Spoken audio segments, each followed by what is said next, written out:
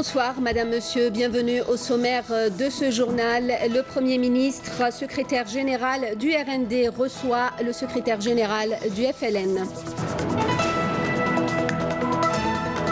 La responsabilité des magistrats, la qualité de la formation des juges, 2 points soulevés par le ministre de la Justice, garde des Sceaux, lors de sa visite aujourd'hui à l'école supérieure de la magistrature de Qli'a.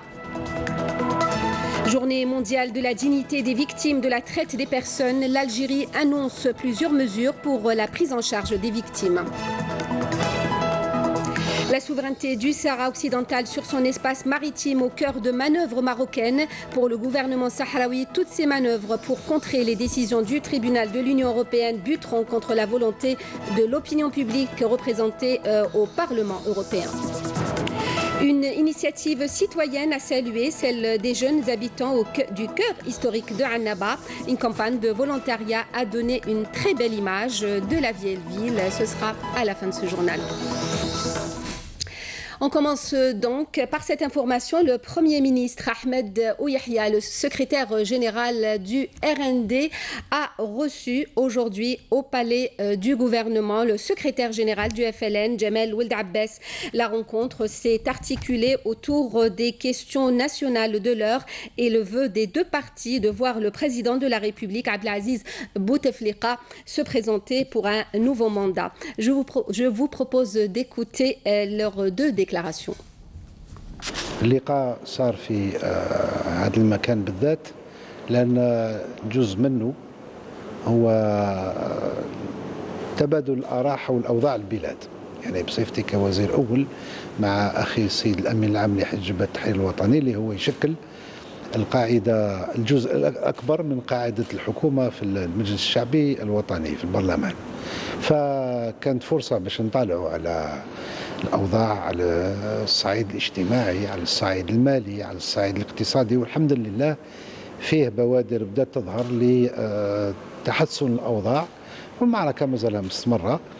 وسيكون لنا لقاء آخر بعد ما يضبط مشروع قانون المالية مع الشركاء في 4، يعني التجمع يكون ممثل، وبطبيعة الحال جبهة التحرير الوطني والأحزاب الأخرى اللي معنا في الأغلبية لتساند رئيس الجمهورية.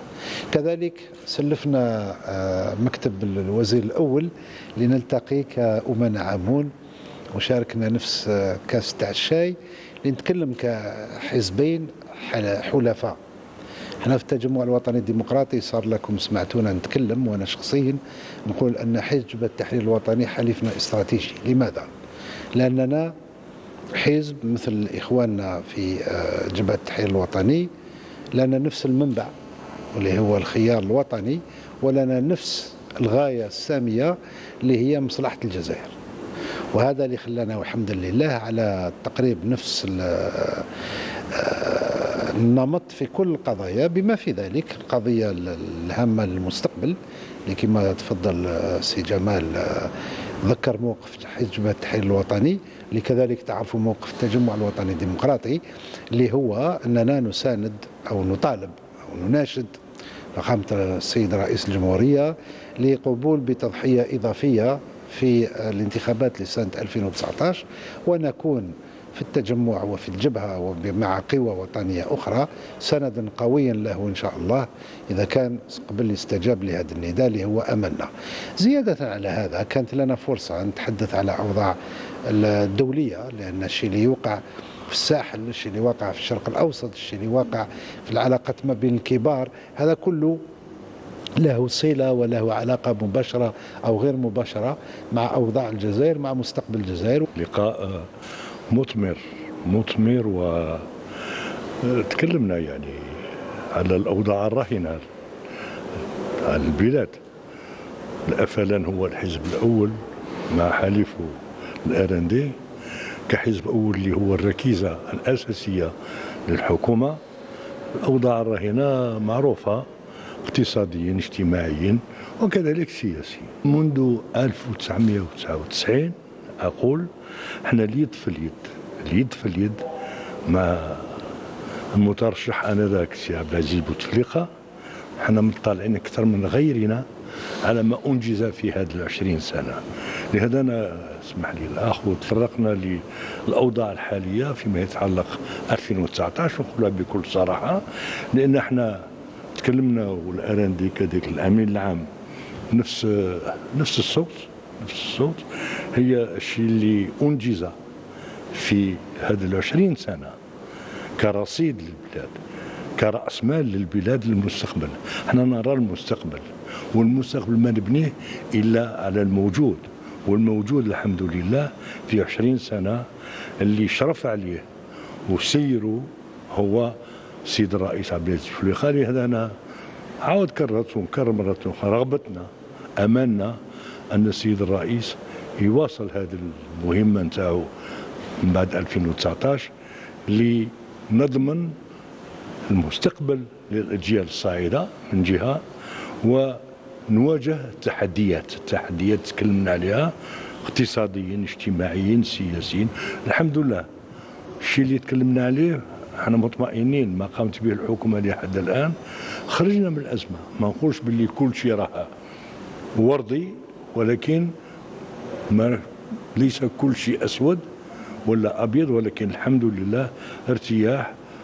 ومرة أخرى باسم جبهة التحرير الوطني المساندة الكاملة والشاملة والقوية للحكومة، واليد في اليد مع الأراندي حليفنا الرئيسي.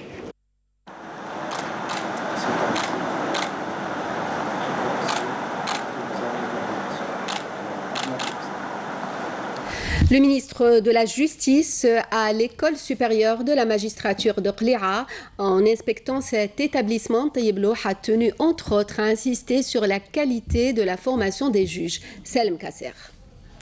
L'école supérieure de la magistrature de Qli'a permettra, grâce aux nouveautés apportées au sein de cette structure, la formation de juges dans le domaine juridique avec des moyens modernes et adaptés aux normes juridiques internationales. Le ministre de la Justice, garde des Sceaux Tayyib Loh, présent sur les lieux, a déclaré qu'il était nécessaire de donner une formation adéquate dans le domaine de la magistrature pour instaurer un état de droit. La responsabilité du juge d'appliquer les lois de façon juste et équitable est une mission noble, importante et dure en même temps. Il est nécessaire de posséder les qualités qu'il faut pour pouvoir légiférer honnêtement tout en respectant les lois et une conduite exemplaire ainsi que la confiance que place le citoyen en nous. C'est des principes auxquels a appelé son Excellence le président de la République à maintes reprises, considérant ces facteurs comme un renforcement de la magistrature et de sa crédibilité. Le garde des Sceaux a inspecté les installations et les bureaux de cette infrastructure et a également encouragé le personnel du secteur de la justice à recourir aux nouvelles technologies pour leur permettre de fournir un service judiciaire de qualité, soulignant que cela se fera par le biais du changement des mentalités et des anciennes méthodes de gestion. Cette infrastructure que nous visitons aujourd'hui ouvrira de nouvelles perspectives dans le domaine de la valorisation des ressources humaines. Et c'est une infrastructure qui n'est pas la seule réalisée à travers tout le pays et qui a été réalisée grâce à la sagesse et la clairvoyance de Monsieur le Président de la République.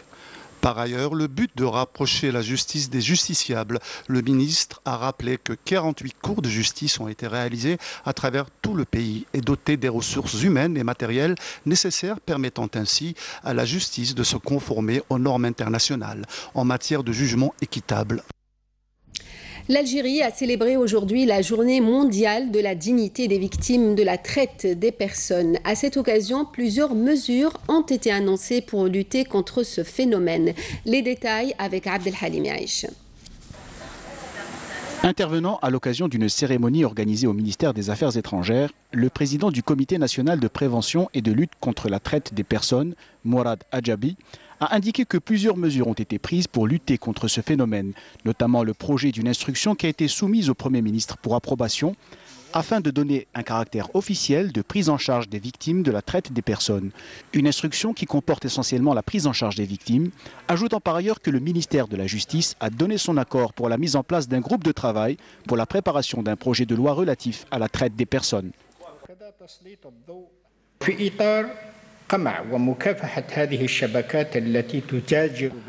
Dans le cadre de la répression et de lutte contre ces réseaux qui procèdent à la traite des personnes, l'Algérie a ratifié les conventions internationales de lutte contre la traite des personnes et a développé son programme de coopération avec les Nations Unies en adaptant ces textes par rapport au droit international qu'elle a ratifié et d'autre part avec la création d'une commission nationale de prévention et de lutte contre le commerce des personnes dotée de tous les moyens ainsi que la mise en place d'une politique nationale et d'un plan de travail adéquat. Quitter un logement insalubre pour un nouvel appartement pour les Bouderbala, c'est la fin d'une époque, le début d'une nouvelle vie. Le soulagement est grand pour cette famille qui a fait ses adieux à 20 ans de souffrance. Elle fait partie des 1400 familles qui ont reçu hier les clés de leur logement à ADL à Alger. Nejma Hadj.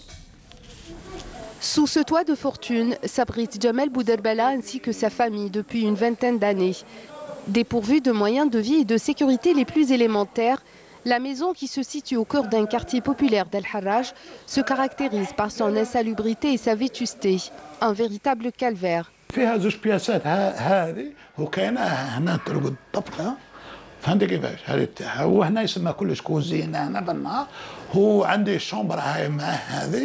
وكان شومبرا صغيره قسمها كانابي تاع الطفل برك هذا ماك وصرت قد ما يكبروا الدراري قد ما تزيد تكبر الحاله عشنا مأساة صح لا الضيق ومنا فهمتي كيفاش بصح حمد رب العالمين واش غدير ما حمدش رب العالمين قالوا لي دير برا قلت لهم ما نديرش برا كان يدير دوسي بالعقل فيها خير انسان ما يتقلقش تكوني من بعد تتوسعي منا يولي علامك وحده صال دو بان كيفاش سبحان الله يجيك ديه ما تحشميش والحمد لله بفضل السياسه تاع رئيس الجمهوريه الحمد لله يا اخي هذه هي اللي نهضروها ونعاودوا نهضروها ربي يطول في عمره ربي يخلي لنا الرئيس وخلاص هذا ما كان ان شاء الله ان شاء الله بارك الله فيك هاي ورا داروا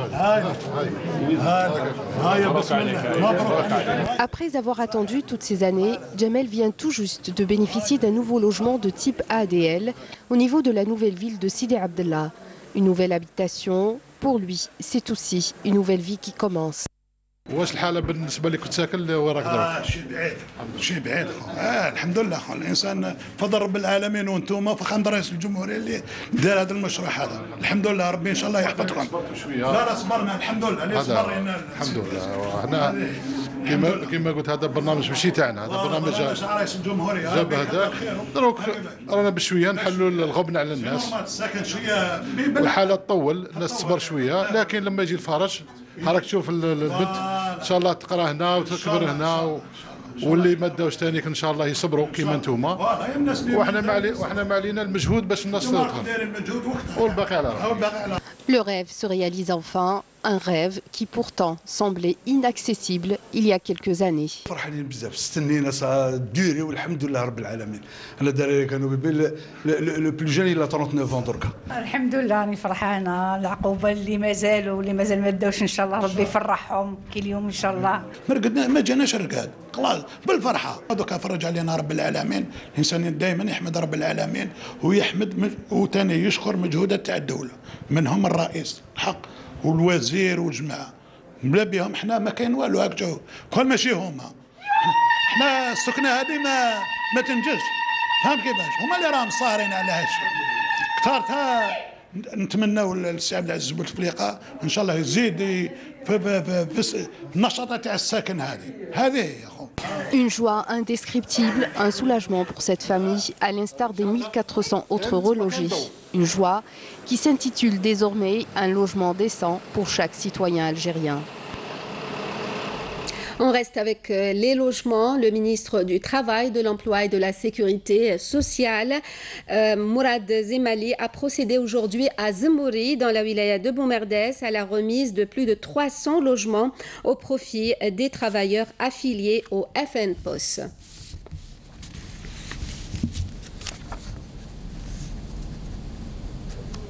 Écoutez à ce propos Mourad Zemali. Aujourd'hui, nous avons procédé à la remise des clés de 309 logements au profit des travailleurs de la FNPOS. Je tiens à rassurer ces derniers que leurs appartements sont prêts et qu'il ne reste que la réalisation de travaux de voirie et réseaux divers. Le réaménagement des horaires du travail durant le mois d'août pour les wilayas du Sud, on en parlait hier, une décision prise par le ministère du Travail et la direction de la fonction publique. Voici ce soir les premières réactions à Tindouf dans ce reportage de Fatma Zahra Ben Farjalla, le commentaire ici Naïma Chekchek. Les nouveaux horaires de travail ont beaucoup tardé à venir pour cet été. Ces horaires doivent normalement commencer dès avril. C'est la fournaise ici. Tu sors à midi pour revenir à 14 h, c'est pas possible. C'est à tomber dans les pommes et ne pas arriver à son lieu de travail. Des chaleurs suffocantes rendant pénible le travail.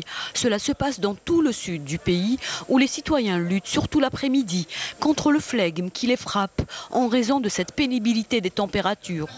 Une décision bien heureuse vient les réconforter. C'est l'instruction ministérielle qui vient d'être donnée pour un réaménagement des horaires de travail.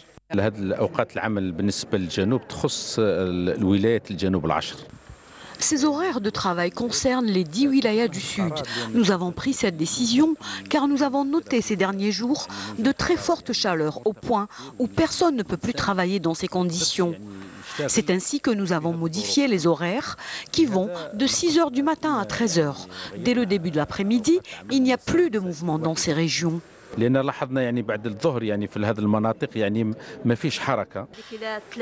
14 h, 15 h, il y a forcément le problème de transport qui ralentit. Et tu attends en vain sous une chaleur brûlante, avec une insolation attrapée. Travailler jusqu'à 13 h est parfait pour nous. Que des avantages à ce régime de travail matinal qui permet aussi aux travailleurs de vaquer à leurs occupations chez eux sous la fraîcheur des ventilateurs. Le ministre du Tourisme et de l'Artisanat hier à Béjaïa, l'une des destinations de choix des vacanciers durant l'été. Le tourisme qui devrait être la locomotive du développement économique de la région, a estimé Abdelkader Ben Messoud, qui a inspecté plusieurs projets, donné des instructions pour soutenir les investisseurs et valoriser les infrastructures existantes. Karim Haïfa.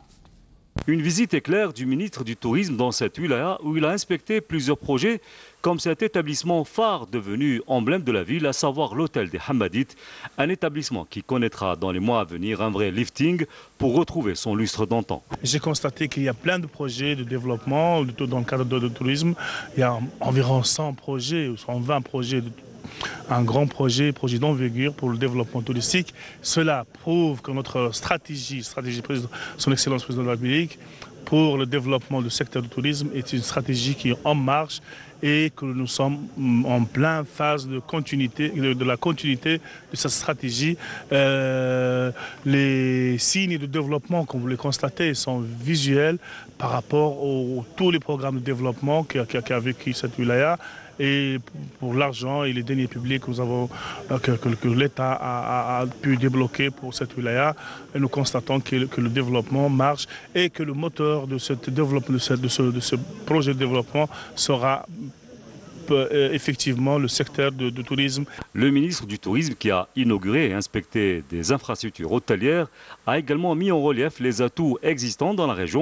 Et si je parle de Béjaïa, je parle d'une ville historique, je parle d'une ville où il y a beaucoup de potentiel humain, je parle d'une ville où il y a un potentiel naturel, un potentiel gastronomique extraordinaire, et c'est à partir de là que je dirais que la wilaya de Béjaïa, c'est une wilaya touristique par excellence. Ainsi que son riche patrimoine et l'importance de mettre en valeur un créneau porteur de richesse et d'emploi. Pas très loin de Béjaïa, Skikda, très prisé aussi par les vacanciers durant l'été. Skikda a des atouts certains, les investisseurs s'y intéressent de plus en plus, les projets sont nombreux, comme nous allons le voir avec Menel Boutouaba. Depuis quelques années, les communes balnéaires de presque tout le littoral Skikdi sont en chantier destiné à la réalisation d'infrastructures hôtelières et touristiques avec des prestations de haut niveau. Beaucoup de projets ont déjà vu le jour. La capacité d'hébergement du parc hôtelier a dépassé les 2600 lits cette année. Nous avons 31 entreprises hôtelières d'une capacité globale de 2676 lits. Une autre structure de grande envergure vient tout juste d'ouvrir ses portes. Il s'agit d'une résidence touristique. Nous avons deux types de chambres. Le premier type F2 comprenant une chambre et un salon qui peuvent accueillir jusqu'à 4 personnes. Le deuxième type comprenant 2 chambres et un salon qui peuvent accueillir jusqu'à 6 personnes. Des projets touristiques aux normes internationales et des parcs aquatiques et d'attractions qui ont totalement métamorphosé la wilaya. Projets réalisés principalement avec une main-d'œuvre et des matériaux locaux. Nous avons réalisé une extension de notre structure avec 16 bungalows supplémentaires. Tous nos matériaux, nos équipements sont 100% locaux. Certains projets sont néanmoins confrontés à des obstacles qui freinent leur avancement et remettent même en question leur réalisation. Ce jeune entrepreneur initiateur de plusieurs projets hôteliers, dont le dernier a atteint les 50% de taux d'avancement, en a fait les frais. Son chantier est aujourd'hui à l'arrêt à cause de problèmes de financement. En tant que jeunes entrepreneurs, nous avons voulu profiter des facilitations octroyées par l'État en matière d'investissement touristique. On a déposé un dossier au niveau de la banque. On a obtenu un financement à hauteur de 21%. 36% et par la suite 52%, avant de nous voir refuser carrément le financement en question. Si la situation persiste, le projet va s'arrêter. Malgré quelques lacunes, la dynamique est en marche. L'engouement des investisseurs pour le secteur du tourisme est notable. Les facilitations sont là. Objectif, reconstruire un tourisme national solide et réconcilier les Algériens avec la destination Algérie, pays de tous les tourismes. La wilaya de Annaba, tout comme d'ailleurs la wilaya d'At-Taraf, a vécu l'été dernier un stress hydrique assez sévère. Et pour ne plus revivre la même situation, des mesures ont été prises. En plus d'un programme d'urgence, il y a la réhabilitation de certaines structures, mais aussi de nouveaux projets. Le reportage de Abdelmajid Ben Qassi. Annaba et toute la wilaya respirent mieux cette année en ce qui concerne la disponibilité de l'eau et de sa distribution. Des efforts colossaux ont été entrepris depuis la crise de l'eau de l'été dernier et le calvaire vécu par les populations. L'été était difficile pour les ménages, mais aussi pour le monde de l'industrie et les secteurs de la santé et de l'agriculture. Pour cette saison estivale et depuis plusieurs mois, la situation s'est nettement améliorée. Le programme d'urgence a été décidé par le président de la République, plus de 1000 milliards de centimes. Tout le programme a été concrétisé sur le terrain. Nous avons actuellement, alhamdoulilah, de l'eau partout. Nous avons de l'eau pour la population. Nous avons de l'eau pour l'industrie et notamment pour le complexe de l'Hajjar. Et nous avons aussi et beaucoup d'eau pour le tourisme, les complexes et même pour les agricultures. Et la santé, bien sûr, pour renforcer et pour sécuriser définitivement la région avec l'arrivée d'une station de dessalement d'une capacité de 300 000 m3 jour. Nous sommes dans la station de Chaïba et à côté de la station de Chaïba, il y a aussi une deuxième station, la station de Meksa. C'est les deux principales stations de traitement et de production des eaux qui sont distribuées au niveau de toute la wilaya de Annaba. Des eaux qui proviennent de 3 barrages principaux situés juste à côté, la wilaya de Taraf. Cette année, Dieu merci, la situation s'est améliorée. Nous sommes en plein été. Les années à venir, Inch'Allah, objectif étant de donner de l'eau en H24 et pourquoi pas sur tout le territoire de la wilaya. Nous avons rencontré les premiers responsables de 2 communes les plus importantes de la wilaya. Celui de Annaba qui renferme le plus grand nombre d'habitants avec plus de 300 000 âmes et celui d'Al-Hajjar où se trouve le complexe sidérurgique. Le réseau de la ville nécessitait globalement une véritable mise à niveau. Le ministère a engagé tout un travail de fond, depuis la distribution de l'eau des barrages de la wilaya de Tarf jusqu'à l'arrivée de l'eau au niveau de la station de Chaïba. Et pour régler définitivement les problèmes essentiellement au chef-lieu, qui nous sommes quand même une ville de plus de 300 000 habitants, une véritable course a été engagée.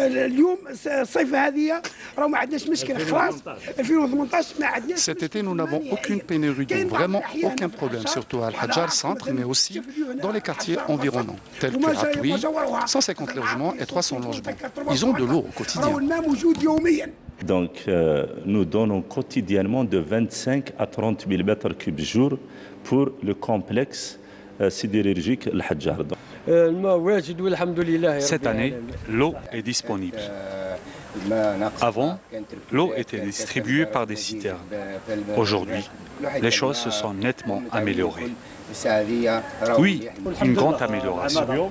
Même si les choses ne sont pas à 100% résolues, nous avons de l'eau tous les jours. De l'amélioration dans la distribution de l'eau, confirmée par ces témoignages de citoyens, en attendant bien sûr la disponibilité de l'eau dans le robinet H24. Lutte antiterroriste et suite à une opération de fouille et de recherche dans la localité de Bissi, commune de Azaba, au niveau du secteur militaire de Skikda, le ministère de la Défense nationale annonce qu'un détachement de l'ANP a abattu aujourd'hui 3 terroristes et récupéré un pistolet mitrailleur de type Kalachnikov, un fusil semi-automatique de type Simonov et 3 chargeurs garnis de munitions. Cette opération est toujours en cours, note le communiqué du ministère de la Défense nationale.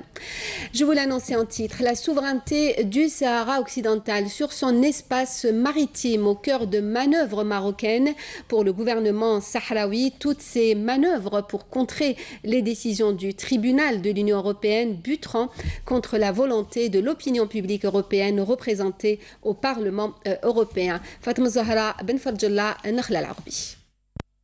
Entre la décision du tribunal de l'Union européenne qui a réitéré pour la 3e fois que le Maroc n'a aucune souveraineté sur le Sahara occidental et son espace maritime et l'annonce faite par la Commission européenne d'avoir signé un nouvel accord de pêche avec le Maroc, incluant les eaux territoriales sahraouis, c'est le wait and see pour le Front Polisario qui compte bien introduire un nouveau recours si jamais l'accord en question est entériné par le Parlement européen.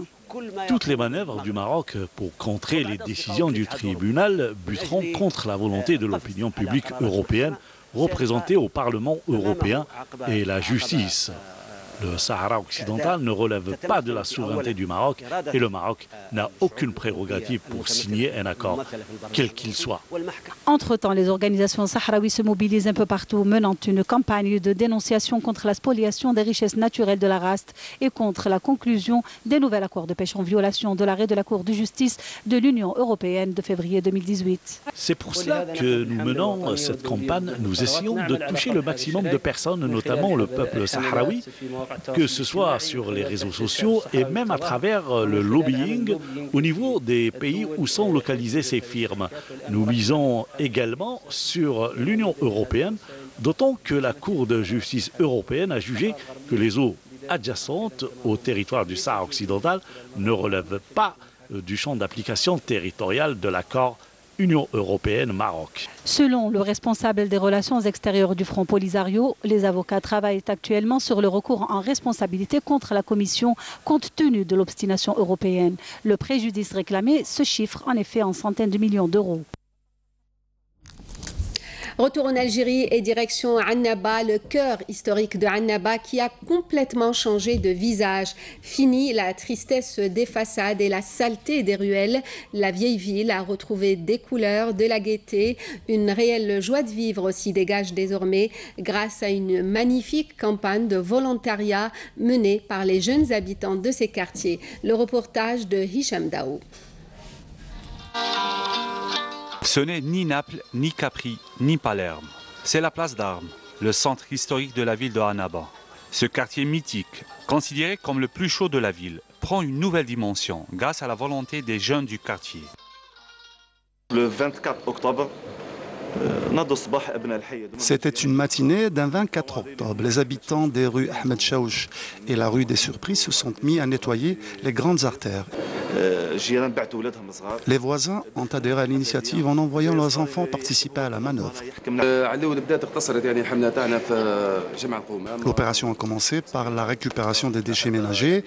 À vrai dire, les habitants se sont révoltés contre la saleté et le résultat est très positif.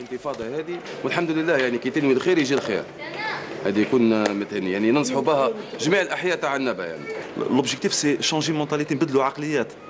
ونظن بني الانيسياتيف نجحت شويه ما نجحتش 100% مي نجحت ببورسنتاج كبير بدلنا عقليه تاع لي جان. Une fois l'opération de nettoyage entamée, tous les jeunes du quartier ont rejoint l'initiative, comme Amin, un jeune du quartier de la place d'Armes.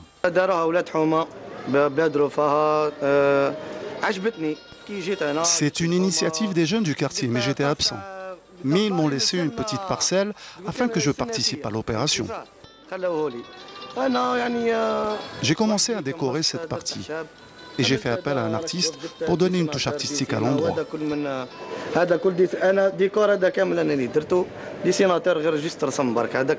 Les amis ici qui habitaient là et tout, ils m'ont dit que c'est une initiative des gens du quartier, ils ont nettoyé, ils ont tout changé, ça fait plaisir de voir ça. Même mes enfants l'ont adoré. Ça a beaucoup changé. Avant, c'était pas comme ça. C'était sale. Maintenant, ils ont tout arrangé, ils ont nettoyé. J'aime ça. Annaba, l'antique Hippone, grâce aux jeunes des quartiers populaires, s'apprête à devenir une cité touristique. L'intolérance des quartiers chauds de la ville est transformée grâce à la volonté des habitants en une ville de gaieté. Ville méditerranéenne par excellence.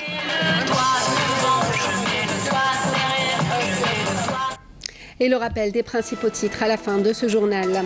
Le Premier ministre, secrétaire général du RND, reçoit au palais du gouvernement le secrétaire général du FLN. La responsabilité des magistrats, la qualité de la formation des juges, 2 points soulevés par le ministre de la Justice lors de sa visite aujourd'hui à l'école supérieure de la magistrature de Qléa. Journée mondiale de la dignité des victimes de la traite des personnes, l'Algérie annonce plusieurs mesures pour la prise en charge des victimes. La souveraineté du Sahara occidental sur son espace maritime au cœur de manœuvres marocaines. Pour le gouvernement sahraoui, toutes ces manœuvres pour contrer les décisions du tribunal de l'UE buteront contre la volonté de l'opinion publique représentée au Parlement européen.